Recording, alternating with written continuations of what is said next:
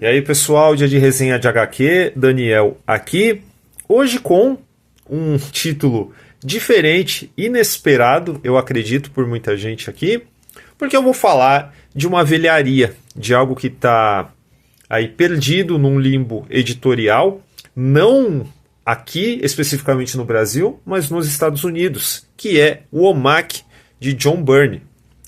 Um trabalho que eu falei muito de passagem. Quando eu comentei a HQ Operação Highways, que saiu aqui acho que cerca de 2 anos atrás, e bem ruim, por sinal, e eu tinha comentado naquela ocasião que o último grande trabalho do John Byrne, tanto como roteirista e como desenhista, havia sido OMAC, e acho que naquele momento eu esbocei ali a intenção de comentar um pouco sobre essa obra aqui em algum dos nossos vídeos e tal, e acabei demorando um tantinho para concretizar, mas chegou aqui a hora, espero que vocês gostem, tá? Vou comentar sobre essa minissérie aí em 4 partes, que tem uma história editorial, eu diria um tanto quanto nebulosa nos Estados Unidos e aqui no Brasil também. Vou passar um pouquinho por todos esses detalhes, tá? E aproveitando que estou fazendo esse material porque eu reli esse quadrinho há pouco tempo, justamente porque meus amigos do HQueiros, né, um podcast muito bacana, que eu vou deixar o link para o Spotify aí, me convidaram para um episódio em que o tema era o OMAC do John Byrne. Então, estou aqui com ele fresco na cabeça e tal, vou comentar esse trabalho aqui, e depois vocês deem uma olhada no episódio, ainda vai sair, né, no momento em que esse vídeo é lançado, o episódio do HQueiros ainda não foi ao ar, mas vou deixar o link para eles aqui no Spotify, vocês acompanhem o trabalho deles, que é muito legal, e logo mais sai um belíssimo complemento aqui, os nossos materiais vão se complementar aqui, tanto o vídeo quanto o podcast deles, tá? Então fiquem de olho lá no HQueiros, sigam e tudo mais, beleza? E antes de falar sobre esse trabalho singular, bacaníssimo, em matéria de ficção científica, eu diria que interessa não somente aos fãs da DC, interessa a qualquer pessoa que curta histórias de viagem no tempo, tal, futuros alternativos, apocalípticos e tal, muito legal mesmo.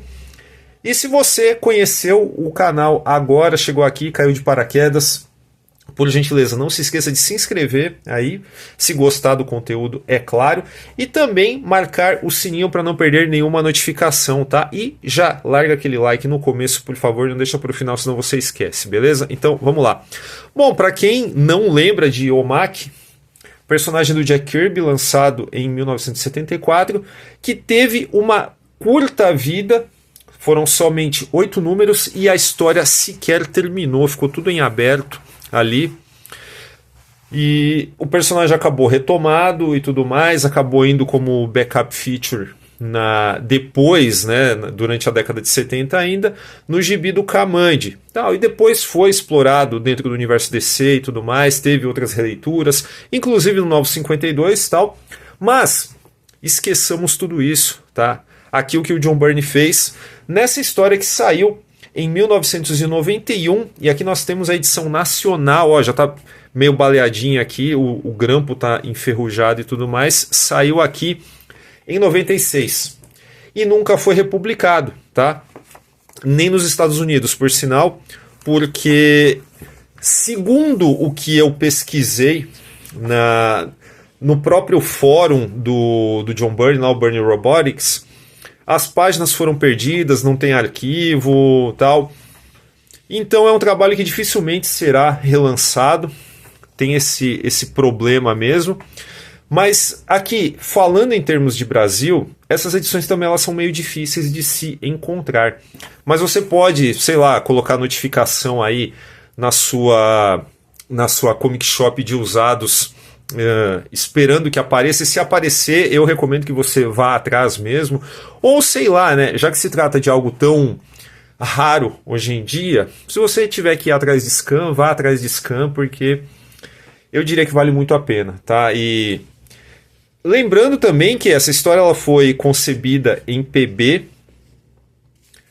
E se a DC relançá-la, eventualmente aí, claro, a Panini vai jogar isso aqui para o Brasil em algum momento, se houver o relançamento lá, provavelmente vai ser colorizado, tá? A revelia do seu criador, que pensou essa história em PB, e eu acho que aqui no PB tá tudo absurdamente bem resolvido, tá? Enfim, quem não conhece o Omaki do Burn, era um personagem que estava inserido em um futuro alternativo, no caso, em que não tinha a ver com o universo DC no geral, e era uma ficção científica à la Jack Kirby, né, que tem um personagem fortão que resolve muita coisa no braço também, mas era uma forma do Kirby explorar certas preocupações que ele tinha, tal, inclusive sobre a modernidade e tal. Então você tem ali comentários sobre uma distopia, mas uma distopia que é menos 1984 e mais Admirável Mundo Novo, né? Aquela distopia do hedonismo. E enfim, o personagem, como ele ficou no limbo ali dentro do run do Kirby, né, do seu criador original, o que o John Byrne faz é ignorar tudo que foi feito depois, né, todas essas tentativas de ressuscitar o personagem dentro do catálogo da DC, e parte a partir daquilo que o Kirby teve que deixar inacabado. E o que ele fez, além do que parece, né, porque você abre essa história, você já tem esse vislumbre de um futuro tipo Exterminador do Futuro, uma guerra rolando, pós-apocalipse e tal. O que o John Byrne fez parece, no primeiro número, como uma reimaginação, né, para usar um termo bem conhecido aí, um reboot do Omaki dentro de uma minissérie fechada, tá? Sem ligação com o universo DC. Você tem somente um recordatório em que se fala, né, heróis do passado como Superman, Batman, Mulher Maravilha, alguma coisa assim. Mas fora isso, não tem qualquer ligação com o universo compartilhado da DC. Então é por isso que eu digo que essa é uma excelente história sci-fi, brilhantemente ilustrada também, para qualquer pessoa que goste deste gênero, tá? Então não é preciso qualquer familiaridade com super-heróis para curtir. E enfim, o que começa como uma nova exploração desse universo, tal, reimaginando certas coisas, acaba se revelando lá na frente como algo que é muito mais respeitoso ao material do Kirby do que parecia no começo. O Omaki aqui, como está nesse pós-apocalipse, em determinado momento, ele precisará viajar no tempo para resolver certas inconveniências, né, para dizer o mínimo, né, tô sendo eufemístico aqui, resolver as inconveniências que o grande vilão aí da sua mitologia criou viajando no tempo antes dele, né, que é o Mr. Big. E assim, aqui eu vou usar a terminologia utilizada nesse quadrinho mesmo, que são os nomes originais, tá? Quem comprou a edição da Panini com o Omaki do Kirby vai ver que tem nomes que são trocados, mas eu acho aquela tradução assim bem ruim, né, nesse sentido, então prefiro usar a terminologia que é utilizada nesta minissérie aqui mesmo. E assim, os problemas criados pela viagem no tempo, ele tentará resolver voltando ali para a época da Grande Depressão, que é onde começa aqui o nosso segundo número. E nesse segundo número, o que acontece? Tem todos aqueles problemas que normalmente você encontra, né, viajante do futuro que chega a um passado, precisa se virar de um jeito ou de outro, mas a questão é que aqui, quando o Omaki é revertido à sua forma comum, né, de homem comum, né, que é o Buddy Blank, ele não tem memória.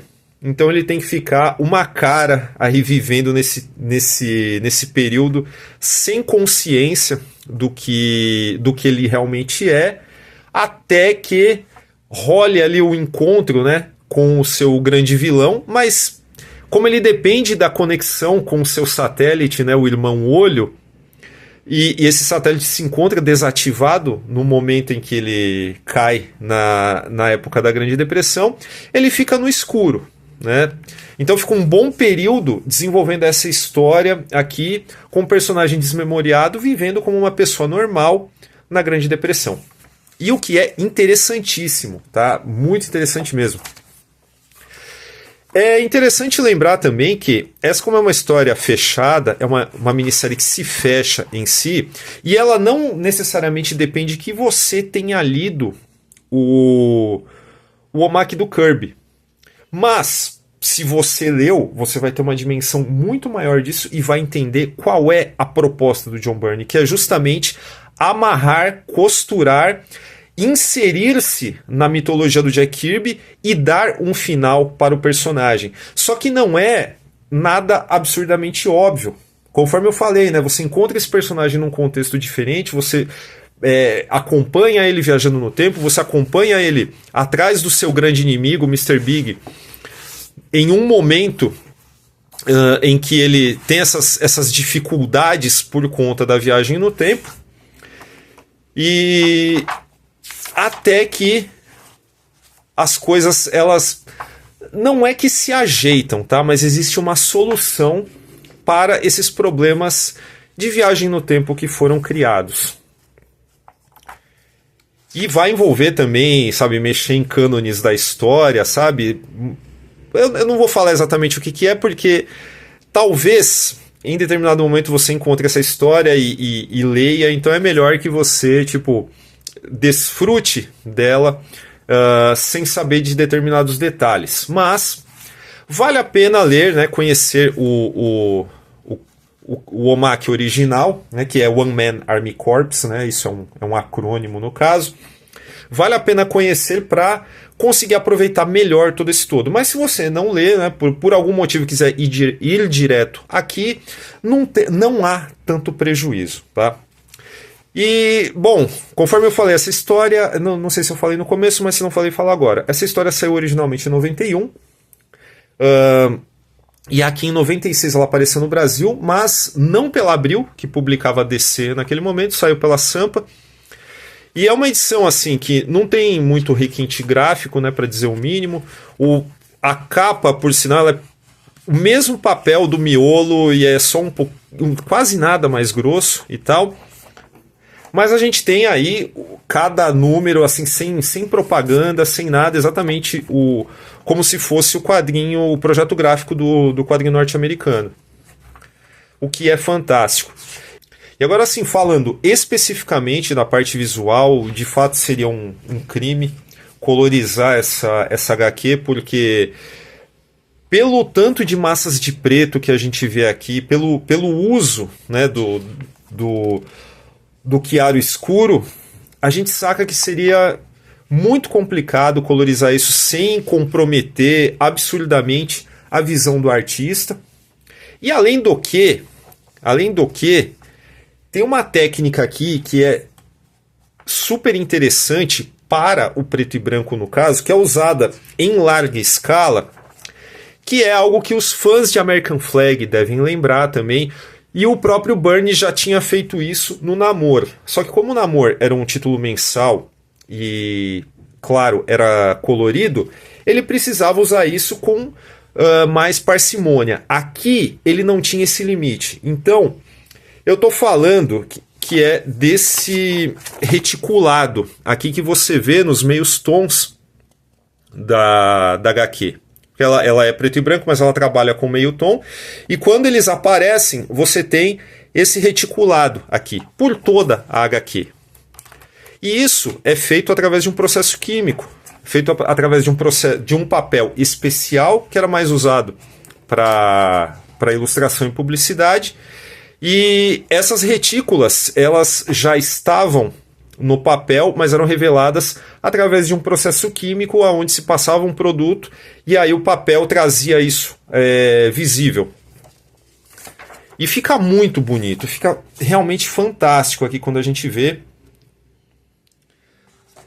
Seria muito bacana ver isso reimpresso assim numa qualidade um pouco melhor, mas aqui a gente já consegue perceber, né, a genialidade visual, não só nas composições, né, porque o desenho no geral, ele é muitíssimo bacana, as composições também são fantásticas. Você tem momentos aqui de quebradeira que são lindos mesmo, né? Tem muita cena de ação e isso é muito bem dosado. Na parte de ação não fica devendo absolutamente nada, até chegar em uma resolução que é surpreendente de várias formas. Talvez algumas pessoas até critiquem algumas soluções de roteiro visto por hoje, mas dentro da visão do personagem, que é um soldado, né, One Man Army Corps, né, o nome já diz tudo, a história ela faz muito sentido, mas claro que vai render discussões se for lidar hoje, e eu acho que tem que ser discutida de fato. Enfim, para fãs de Burn, para fãs de quadrinho de ficção científica, para fãs de quadrinho de ação e para fãs de histórias de viagem no tempo. Vai dar um nó na cabeça em determinado momento? Putz, sim. E talvez até algum momento você encontre algum furo nesses paradoxos e tal, mas isso não compromete a proposta em geral, que era resgatar a visão do Kirby, né? Porque aqui não é o iconoclasta tentando, sei lá, rasgar o que o mestre fez. Não, o cara ele é super respeitoso, ele pega isso, ele trata com carinho e ele amarra tudo no final como o Kirby não pôde fazê-lo. E isso não, de fato, não tem preço, sabe? Não tem preço mesmo. Então é uma história que agrada vários tipos de fãs. Quem gosta da DC ou quem não gosta, putz, sabe, pode ler de boa que vai curtir, né? Infelizmente a gente tem todos esses problemas aí editoriais, dificilmente vai haver um relançamento, mas se você puder correr atrás, seja aí no mercado de usados, seja no importado que você encontrar usado, seja no scan, tanto faz, putz, vai fundo, porque realmente é um gibi... É um trabalho raro de se encontrar, né? Principalmente pensando em 91. Até em 96 aqui, quando o quadrinho foi lançado aqui, momento em que editoras menores podiam pegar materiais de Marvel ou DC que não interessavam a editora oficial, por assim dizer, e publicar aqui. Enfim, fica aí os comentários sobre OMAC de John Byrne, One Man Army Corps. Fantástico gibi, testemunho maravilhoso do talento do auge do John Byrne como roteirista e como desenhista. Infelizmente, hoje não tem link para compra por tudo que eu falei aqui, mas acho que valeu a pena para falar tudo isso para vocês e dizer, corram atrás. Legal? Então, é isso. Se você conseguir encontrar, boa leitura.